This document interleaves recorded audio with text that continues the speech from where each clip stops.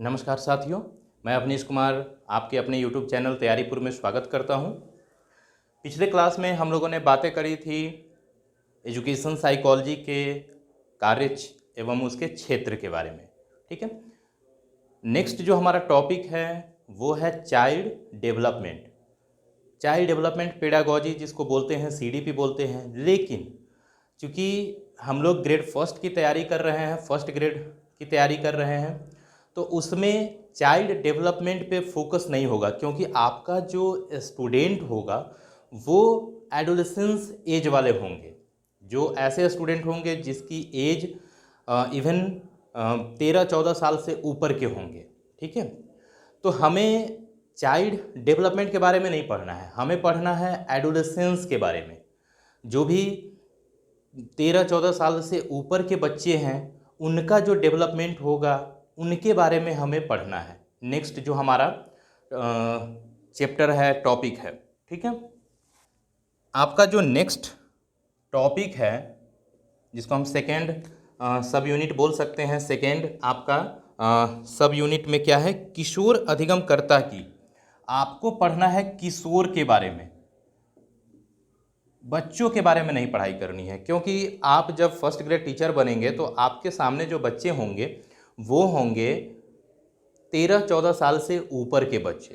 ठीक है, तो अब देखिए उस जो 13-14 साल का एज होता है, 13 साल से लेकर के 19 का जो किशोरावस्था होता है, वही आपका क्या है, स्टूडेंट है।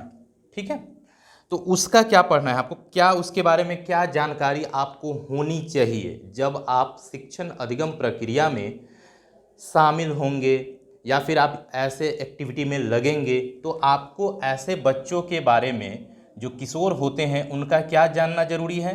पहला, शारीरिक विकास, जो उनका फिजिकल डेवलपमेंट जो होता है या फिर शारीरिक विकास जो होता है, ठीक है, वो जानना है। ठीक है, उनका शारीरिक विकास कैसे होगा, पैटर्न क्या होगा, इसके बारे में जानना। दूसरा आपका जो टॉपिक होगा वो क्या होगा, संज्ञानात्मक विकास को जानना होगा।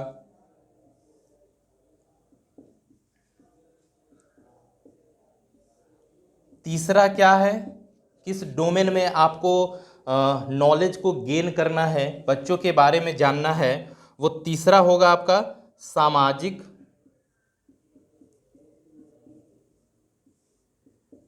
विकास। फोर्थ होगा संवेगात्मक विकास।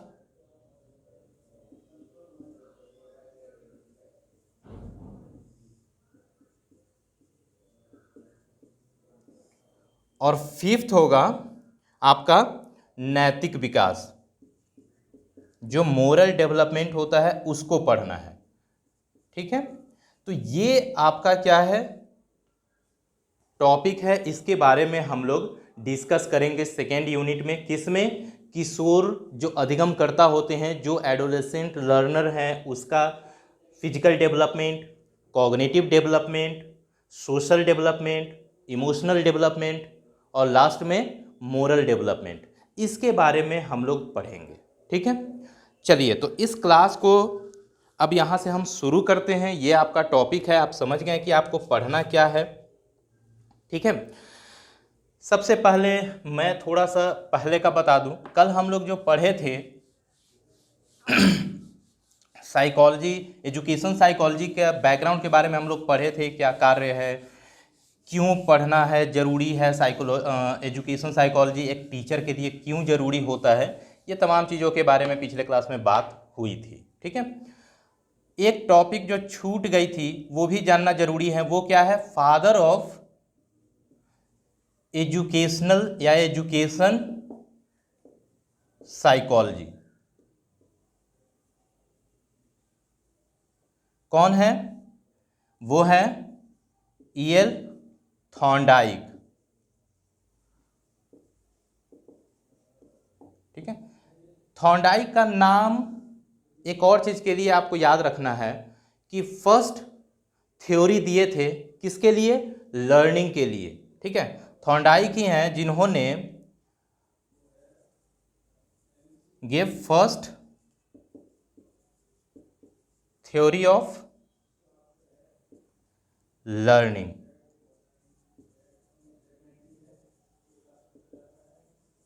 ये भी आपको याद रखना है, ठीक है, कि थॉर्नडाइक का नाम किसके लिए जाना जाता है, एजुकेशन साइकोलॉजी के जनक के रूप में, और फर्स्ट थ्योरी ऑफ लर्निंग इन्होंने ही क्या किया था, दिया था, ठीक है। तो ये टॉपिक मिस हो गई थी, छूट गई थी, ये आपको याद रखना है, ठीक है, यहाँ से क्वेश्चंस बन जाते हैं एग्जाम में, ठीक। चलिए आगे चलते हैं डेवलपमेंटल साइकोलॉजी की तरफ, डेवलपमेंट के बारे में पढ़ते हैं।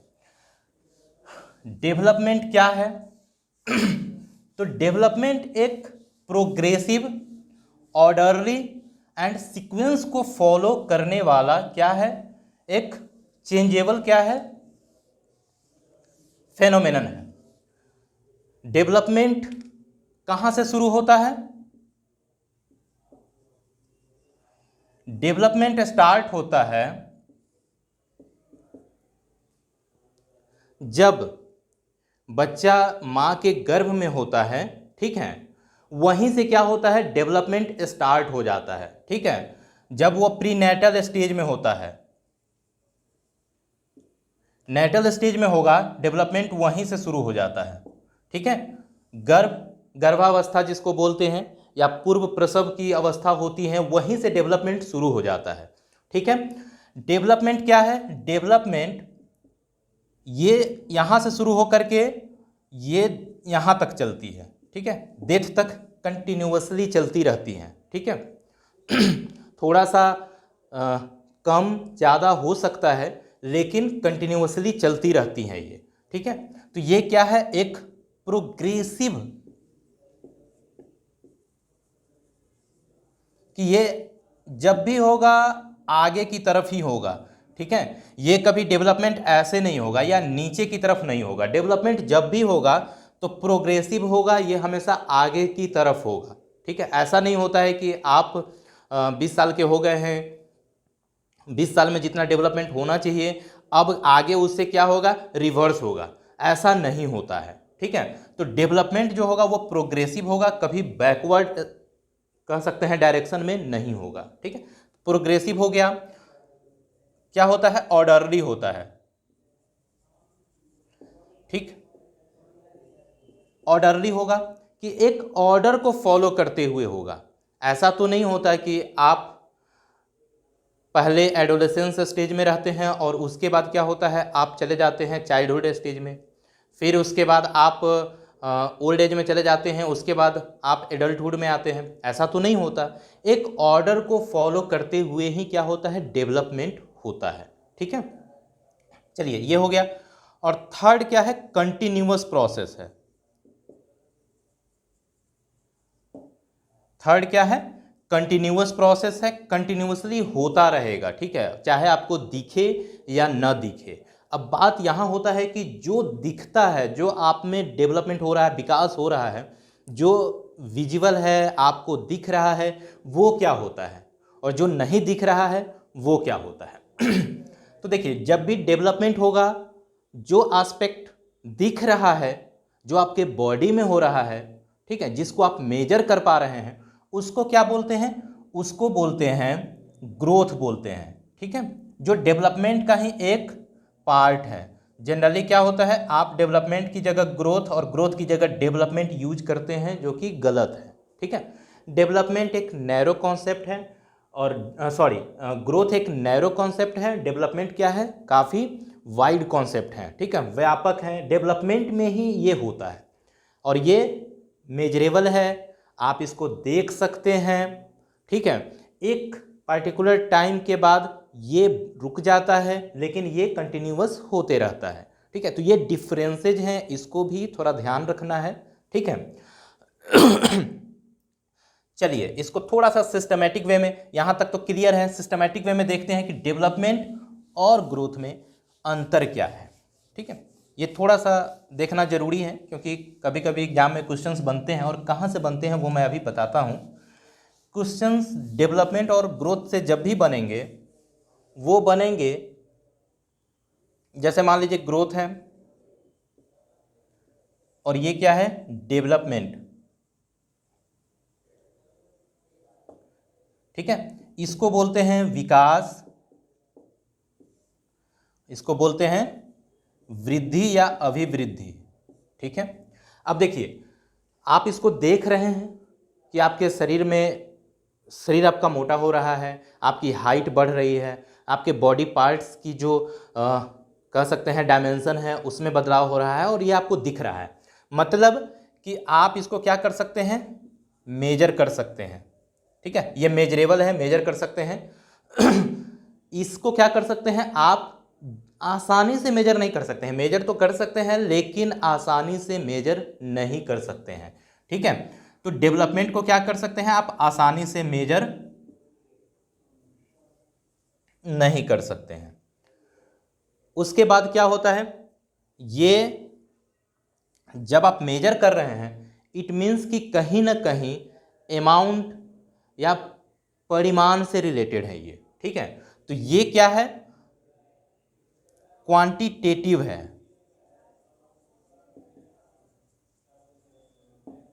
क्या है, क्वांटिटेटिव है। और ये क्या है, चूंकि ये जो डेवलपमेंट है ये इसी का ग्रोथ है, ये डेवलपमेंट का ही पार्ट है।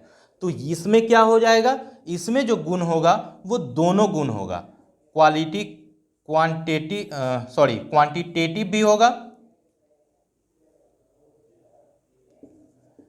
क्वांटिटेटिव भी होगा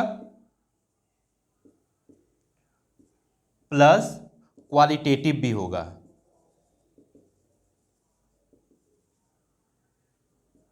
क्वालिटेटिव भी होगा। अब देखिए, क्वांटिटेटिव में तो आपको पता है क्या होता है, क्वालिटेटिव में क्या होता है कि जो इमोशनल एस्पेक्ट है जहां वहां डेवलपमेंट हो रहा है, आपके बिहेवियर में कुछ चेंजेज आ रहे हैं, आपके कॉग्निशन में जो डेवलपमेंट हो रहा है, ठीक, जो आपके मोरल डेवलपमेंट हो रहे हैं, वो तमाम किस में आते हैं, क्वालिटेटिव जो एस्पेक्ट है उसमें आ जाते हैं। मतलब डेवलपमेंट में क्या है, क्वांटिटेटिव भी है, क्वालिटेटिव भी है, ये दोनों तरह से होते हैं। ठीक है, चलिए, तो ये नॉर्मल जो इम्पोर्टेंट था वो चीज़ें आपको मैंने बताया। ज़्यादा क्वेश्चंस पूछते नहीं हैं, ज़्यादा इतना ही 2-3 से ही पूछ लिया जाएगा। जैसे एग्जाम में क्वेश्चन आ गया कि इनमें से डेवलपमेंट में किस तरह की परिवर्तन होते हैं। ठीक है, तो अगर परिवर्तन में अगर सिर्फ ये दे तो भी सही होगा, ये अगर दोनों दे दे तो भी सही मारना है। अगर ग्रोथ से रिलेटेड क्वेश्चन पूछे कि ग्रोथ में इनमें से कौन से चेंजेज होते हैं, किस प्रकार की चेंजेज होती हैं, अगर वहाँ पे क्वालिटेटिव हो, क्वांटिटेटिव हो या फिर अदर 2 ऑप्शन दे दे, तो वहाँ पे आपको क्या करना है, क्वांटिटेटिव के साथ जानना है। किसमें, ग्रोथ में। डेवलपमेंट में दोनों रहेगा, ए और बी दोनों सही है, दोनों हो सकता है। तो इस तरह से एग्जाम में आएंगे, आपको ध्यान रखना है। ठीक है, चलिए आगे बढ़ते हैं। यहां तक तो क्लियर हो गया ग्रोथ एंड डेवलपमेंट में। ग्रोथ में मैंने बताया कि जो चीजें दिख रही हैं, ठीक है, उसमें जो चेंजेज हो रहे हैं वो होंगे ग्रोथ, जो नहीं दिख रहे हैं और जो दिख रहे हैं दोनों हो जाएंगे डेवलपमेंट। ठीक है, थोड़ा सा चलते हैं आगे।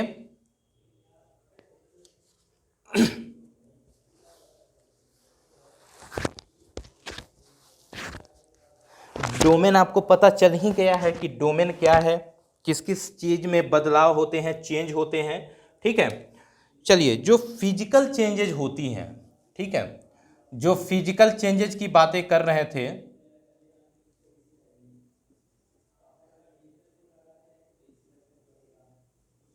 जो फिजिकल चेंजेज या जो शारीरिक जो चेंजेज होते हैं,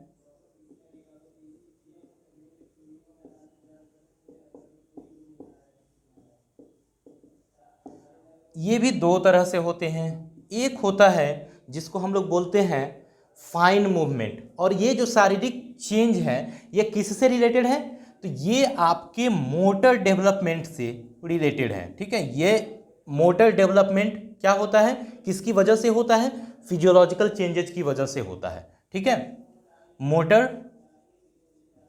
डेवलपमेंट किसकी वजह से हो रहा है, फिजिकल चेंजेज की वजह से। किस तरह के डेवलपमेंट होते हैं, तो दो प्रकार के डेवलपमेंट होते हैं।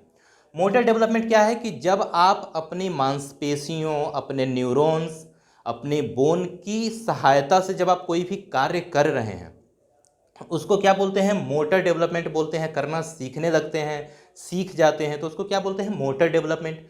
अब देखिए, मोटर डेवलपमेंट में भी दो तरह के डेवलपमेंट होते हैं। एक होता है जिसको बोलते हैं ग्रॉस मोटर डेवलपमेंट, ठीक है।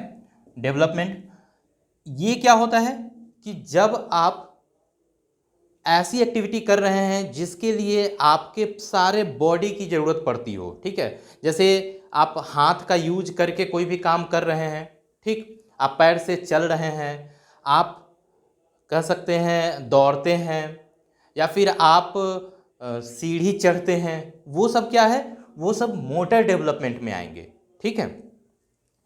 दूसरा क्या है जिसको बोलते हैं फाइन मोटर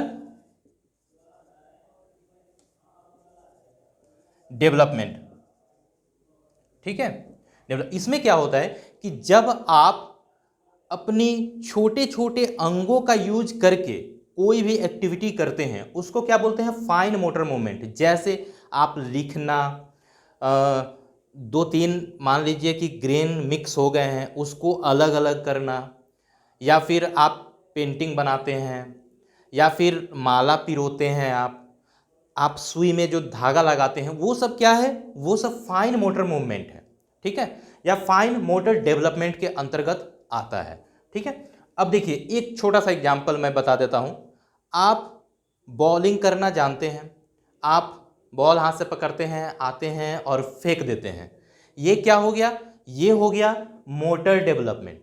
लेकिन जो क्रिकेट खेलते होंगे, जो बॉलिंग करते होंगे, वो जानते होंगे आउट स्विंग, इन स्विंग होता है, या फिर स्पिन बॉलर है जो स्पिन कर रहा है, वो क्या करता है, दौड़ के आएगा, बॉल को भी रिलीज करेगा, लेकिन रिलीज करते वक्त क्या करता है, वो फिंगर मूवमेंट करता है। वो ऐसे किया तो इन स्विंग, आउट स्विंग, जिस ढंग से वो मूव कर रहा है फिंगर को, उस तरह से उसका इफेक्ट देखने को मिलता है। तो जहां पे आप फिंगर मूवमेंट करने लगे, ठीक है, वो क्या हो गया, वो हो गया फाइन मोटर डेवलपमेंट या मूवमेंट की एग्जाम्पल होगी, ठीक है। तो यहां तक आपका क्लियर हो गया।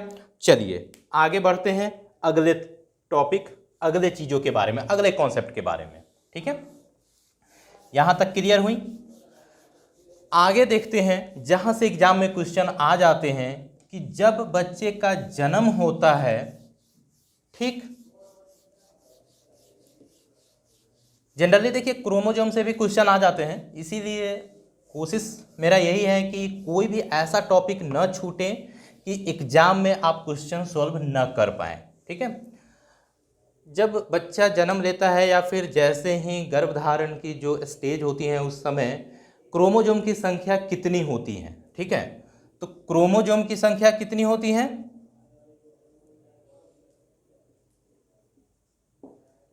आप जानते होंगे क्रोमोजोम कितना होता है, 23rd पेयर्स में होता है, ठीक है। नंबर में कितना हो जाएगा, 46।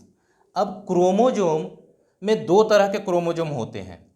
एक होता है जिसको बोलते हैं ऑटोसोम्स,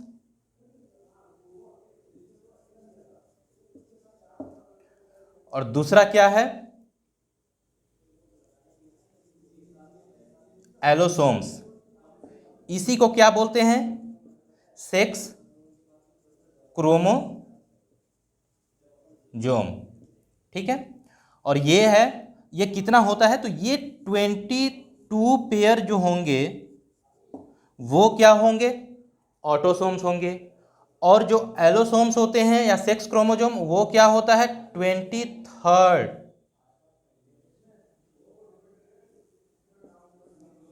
जो पेयर होता है वो क्या होता है, सेक्स क्रोमोजोम उसको बोलते हैं, ठीक है। यहां से भी क्वेश्चन आ जाते हैं, इसलिए इसको छोड़ना नहीं है, इसको पढ़ना है, ठीक है।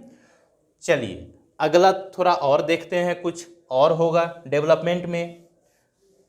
ये डेवलपमेंट का स्टार्टिंग चल रहा है, ठीक है।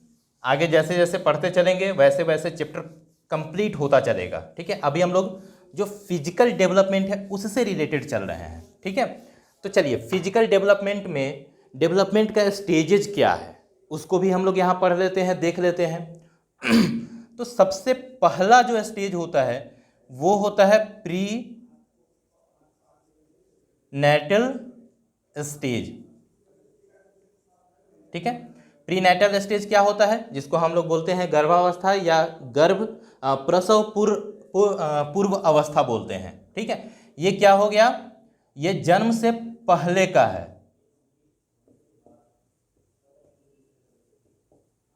जन्म से पहले का। ठीक है, दूसरा स्टेज क्या हो जाएगा, जब बच्चा जन्म ले लिया, इन्फेंसी स्टेज।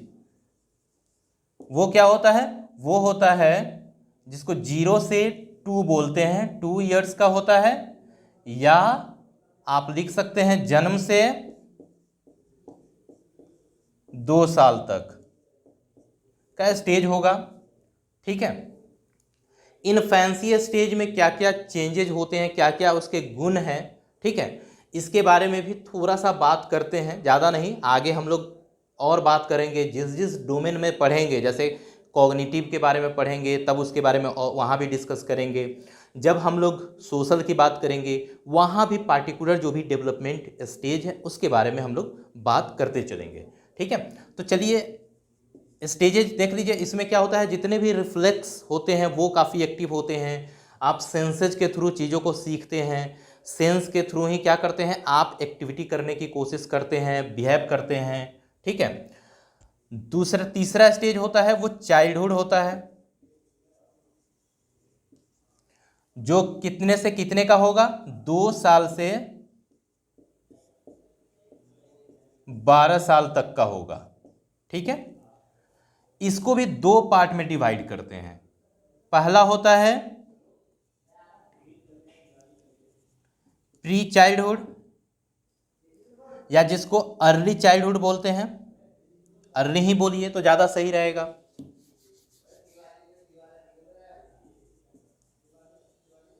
Early childhood. दूसरा होता है जिसको बोलते हैं लेट चाइल्डहुड। ठीक है, अब ये कितने साल का होगा, तो ये 2 से 6 साल तक का होगा, 2 to 6 ईयर, और ये हो जाएगा 6 to 12 ईयर्स तक का होता है। ठीक है, यहां तक आपने देखा। चलिए आगे चलते हैं, अगले जो भी स्टेजेज है वहां पे। तीसरा हो गया, चौथा स्टेज की तरफ चलते हैं। जो 4th स्टेज है वो है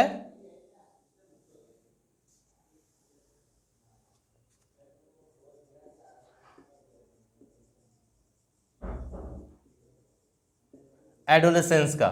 ये कहां से होगा, 12 से 12 to 19 ईयर्स।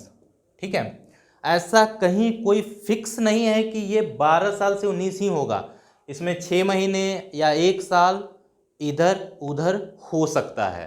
ठीक है, उसके बाद एडोलेसेंस के बाद एडल्ट।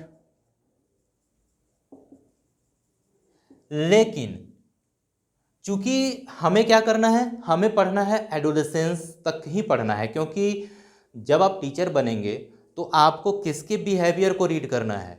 आप as a teacher education psychology से पढ़ रहे हैं 1st ग्रेड के लिए, क्योंकि आप बनेंगे पीजीटी टीचर, आप बनेंगे हायर सेकेंडरी स्कूल के टीचर, तो आपको एडोलेसेंस को ही हैंडल करना है। एडल्टहुड को इसीलिए सीडीपी के पार्ट के अंतर्गत नहीं पढ़ाई जाती है एडल्टहुड को। तो ठीक है, होता है ये आप जान गए, इसको आप ध्यान में रखिए, बट इसको पढ़ेंगे नहीं। ठीक है, तो हमें जो पढ़ना है वो 4th स्टेजेस तक पढ़ने हैं, जिसमें कौन सा हो गया, प्री नेटल, जिसके बारे में आप जानते हैं कि 9 मंथ का होता है, या फिर 270 से 280 दिन का होता है वो। ठीक, दूसरा कौन सा था, दूसरा था इन्फेंसी, तीसरा चाइल्डहुड, उसके भी 2 पार्ट हुए, और 4th एडोलेसेंस। ठीक है, तो यहाँ तक स्टेजेज हो गए डेवलपमेंट के। यहाँ तक तो डेवलपमेंट की बातें हुई। डेवलपमेंट में भी किसकी बातें हुई थी? शारीरिक की बातें हो रही थी, शारीरिक विकास की बातें हो रही थी। फर्स्ट में हम लोगों ने शारीरिक विकास की बातें करी। एक चीज़ थोड़ा सा यहाँ मैं बताना चाहता हूँ कि आप जब भी विकास के बारे में पढ़ते हैं, डेवलपमेंट के बारे में पढ़ते हैं, या एजुकेशन साइकोलॉजी के बारे में आप पढ़ाई करते हैं, अगले क्लास में आगे इससे पढ़ेंगे। थोड़ी सी बातें हैं जिसको समझना ज़रूरी है आपके लिए।